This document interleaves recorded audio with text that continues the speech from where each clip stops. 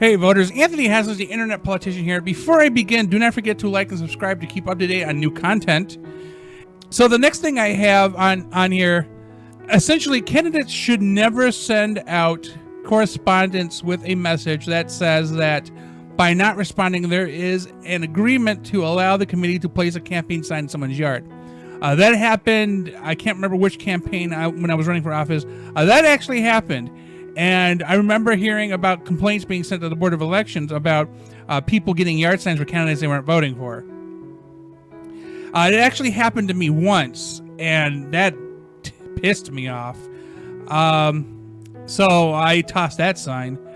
I did not appreciate it. I'm sure others wouldn't either. Again, people complain. It is assumption that a candidate feels, well, you voted for me last time, thus I have the right to put my yard sign in your yard this time. What if I don't like something you did during your term? Maybe I'm voting for somebody else now. And I think that was the case in the one time. I was like, dude, I believe the dude got caught. I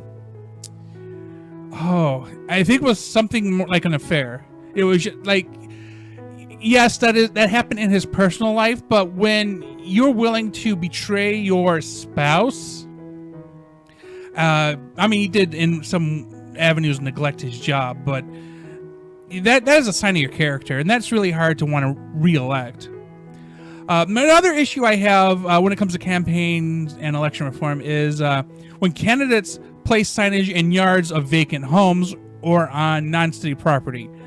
That happened quite frequently in a previous campaign. I think that was the 2013 one, as a matter of fact. The issues, at least, and this is according to my Board of Elections, you can't do that. And there are three problems with doing that. First, the homeowner must give permission for a campaign to have a sign placed in the yard. So this goes back to, you can't assume because you had permission last time, you had permission this time. Second, most homeowners and realtors will simply not give permission for any candidate to place campaign signage in the yard of the house for sale, as it may potentially turn away buyers with different political views. So not only are you not asking for permission, you may potentially be costing somebody a sale. And then finally, it's simple abuse of using a vacant homeowner's yard to place signage in a neighborhood where you probably may otherwise not be supported. I see that as something just kind of just dirty. Now, if a business or organization of any type is receiving government aid, be it in the form of grants or loans, they should not be permitted to campaign for any candidate. I think it's a conflict of interest. Some people argue with me, well, maybe it depends on the organization. Maybe, but generally, conflict of interest. And this also includes both as part of the candidate's election committee or independent political action committee. So if you're like in charge of that organization, you probably shouldn't be supporting people or candidates in that way either. Allowing businesses and organizations to do so, as I said before, a conflict of interest, but it's not illegal, except in case of organizations with a 501c3 tax status, which means they're a nonprofit that accepts donations. This is a federal law, so I'm just letting you know. Unless it's changed, I'm pretty sure that's still the law. So essentially, there are two ways to look at possible conflicts of interest. First is if the business organization campaigns for a politician that then gets an elected office. In turn, the candidate is on a committee that awards the business or organization with a grant or loan. That seems like a little bit of quid pro quo. The second way of looking at it is if a candidate's on a committee that awards a grant or loan to a business or organization, and that business or organization decides to support the candidate's campaign.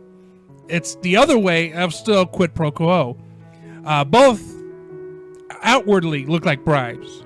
Now, I do understand that if it benefits some businesses and organizations to support a candidate that they feel will help them out, and as I've pointed out, in return for any reciprocal act, will seem suspicious. It has been known to be done this way, vice versa, and into perpetuity. The biggest problem is that businesses and organizations sought out money, and instead of using it to support their specific agendas, they are using it to perpetuate unnecessary funding in the form of supporting candidates to give them money in the first place. It is a vicious cycle because you're basically collecting donations to donate to somebody else for them to give you money so you can continue the circle. It seems like you could be doing better things.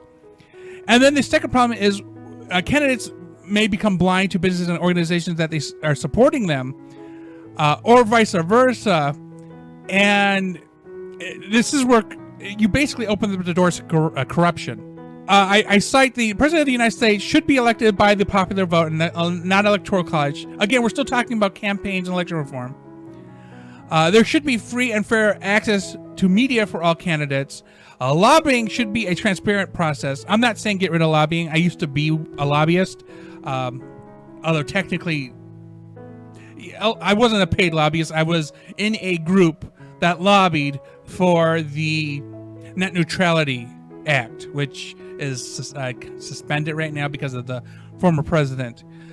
So elections need to be held on occasions where all eligible individuals may be able to vote, such as making election days a government holiday or having them on the weekend.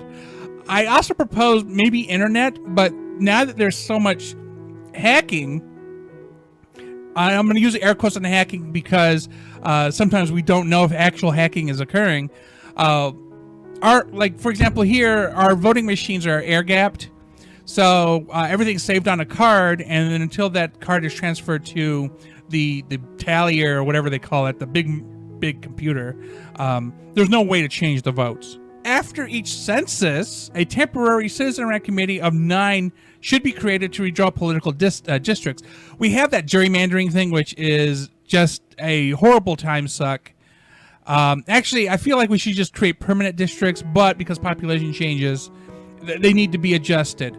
Now, the representatives of the committee should be chosen by their parties based upon a breakdown of voters registered to each party at the time of the most recent general elections. So if by some odd coincidence 50% are Democrat, 50% Republican, and there's no independents, then those are the parties. But in the case of where I live, Libertarian is also a party. So if in some cases Libertarians show up in a number that is equivalent to I would say 11% of the population, there should be a Libertarian in that committee. Another thing was they could not be active politicians, elected or campaigning, so they can't be involved in the process. And the other thing I had was the County Board of Elections officers should not be officers of local political parties, which is a problem we have here. So the Democratic Party, pretty much the top candidate, the top officers in the county party also make up officers in the city party, which it breeds little conflicts of interest, because maybe the interests aren't technically or fully aligned. It also leaves open for corruption that, well, if it's happening at the city level and I'm at the county and I'm also in the city, I can ignore it. I don't, it opens up a door I don't like. Because the other thing I have is when a member of the Board of Elections or the chairman or the director who happens to be an officer within the local party, which is another issue in itself, let's say they may publicly make a remark for or against an issue or a candidate, and then that has a lot of power and that could skew results unfairly. And that isn't in the best interest of the public. I mean, your opinion should not have so much power. The Board of Elections was organized as a means to show absolute fairness by representing each political party equally. Officers within the Board of Elections carry much more political clout among the citizens than some political party officers, which is particularly true here. So within each major political party, create liaisons, positions purely as a means to select and place an individual within the Board of Elections.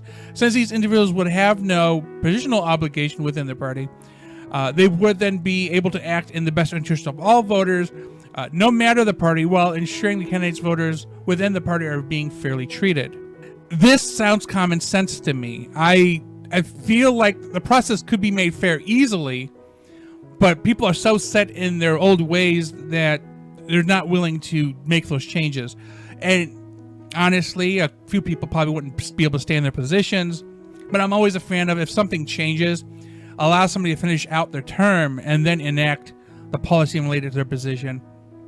We don't want to, I personally don't feel the need to punish somebody right away for something that was part of an old system. That makes no sense, because they were put into an old system and they expect it to operate under the old system. But then we got smart enough to say, as a community, as a group of voters, this needs to be changed. Well, that is all the time we have for today, voters. Remember, a good voter is an informed voter who can think for themselves. Do not forget to check out my previous videos on this channel, as well as like and subscribe to keep up to date on new content.